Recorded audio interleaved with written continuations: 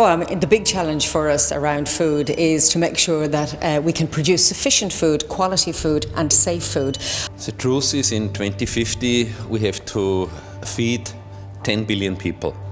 Now we are 7 billion people in this world, and we have to look how we can get the food prepared and made in the right style.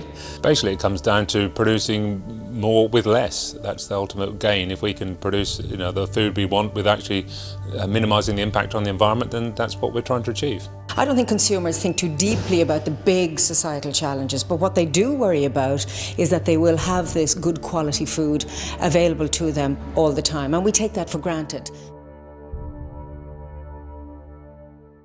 Well, I see the opportunity to completely change the production model of agriculture. So when you look at precision agriculture, the way it's in the glossy presentations today, it's mostly a digitalization of the old model.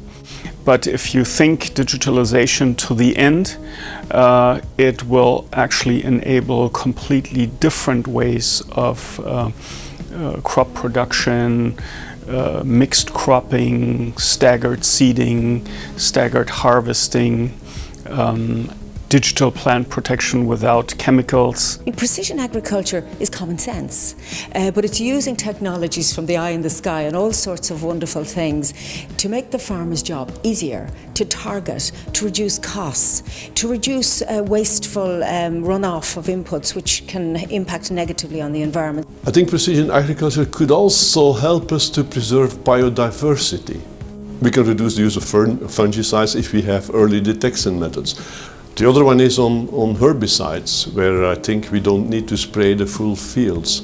Everything we think about in the future is how the farmer will have a kind of normal life compared to the urban population, because it's still very demanding, and if you want to attract a new generation and keep people on business, you have to provide the same kind of technologies, the same kind of income and living conditions. And that's where precision agriculture plays a big role.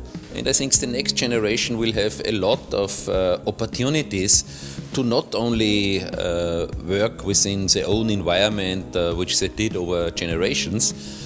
Now it's a global question, and through internet and through the new functions of the internet, you can be connected globally. And I think that our problems which we have, we only can solve if we work together on the globe to protect this globe. One of the biggest challenges is, I think, how will it play out, and will it reorganize the sector? Because it leads to bigger farms, it leads to some of the decisions probably not taken on the farm anymore, but somewhere else in the food chain. I would be concerned that farming would be just a business for large corporations. I think there is some personal involvement of farmers that we should look after, because then the diversity in the products that we get is something that is worthwhile preserving. We need to tackle issues related with ownership of data and the control and sharing of this data along the food chain. Ownership is one difficult thing. If you own the data and you let nobody make use of it, then you probably don't get the right information. Because I think there is some reluctance to adopt the new technologies, and we have to deal with that as well. Well, basically we need that the technology delivers better production. We need maintaining the quality of the product, resource efficiency, better environmental services, more efficient machines, and a more prosperous living standards for our members. We need also to tackle issues as, for example, broadband in rural areas. So in order to apply digital technologies, we need the machines to talk with itself. So we need to tackle issues with interconnectivity, interoperability, European standards as much as possible. We need a strong EU market. We need research and innovation, applied agriculture on farm. I think farmers need to be multifunctional and multitasked in many ways, because they are managers of nature.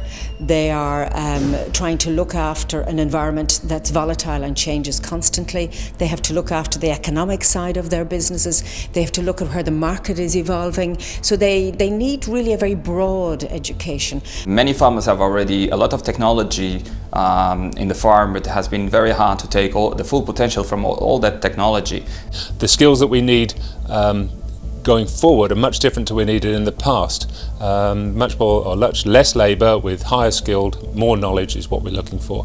And they need to deliver also some competencies in order to understand the potential they have and what they can do with technology. The technical side has not been highlighted anywhere near enough within schools.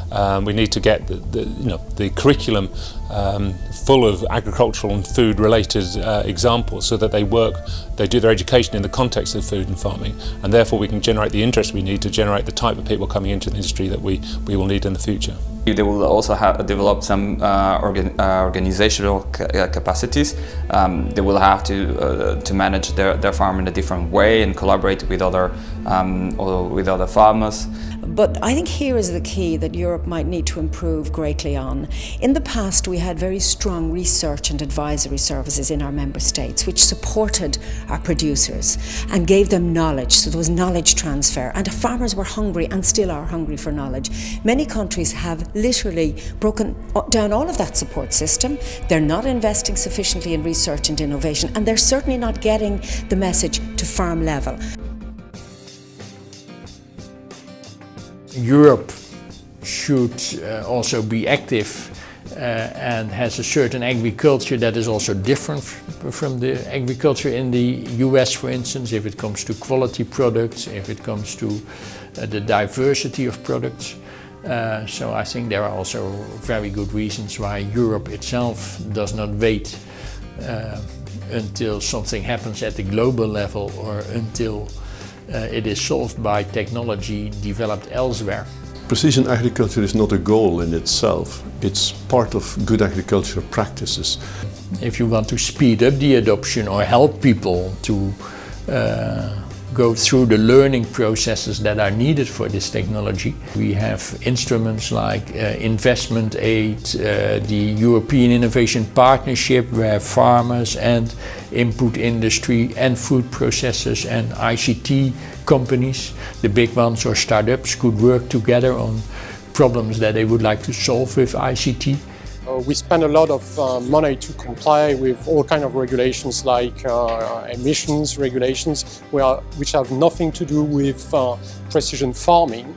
So if we can have more balanced regulation, we can dedicate more R&D funds to precision agriculture. That's the first point. And the second point is we expect to see in the future more funding dedicated to the European Research and Development Program called now Horizon 2020. So in that sense, these policies could be targeted even more to these technologies if we think that would be useful.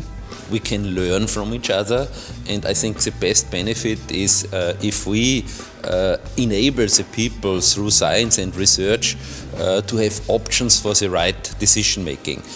And foresight gives us a clearer vision of the options which are there and which have impact on the society. As a politician, I really like the concept of foresight, that we think a little bit further, that we don't react on different crises, but we think ahead, and that we're more proactive in making our policy.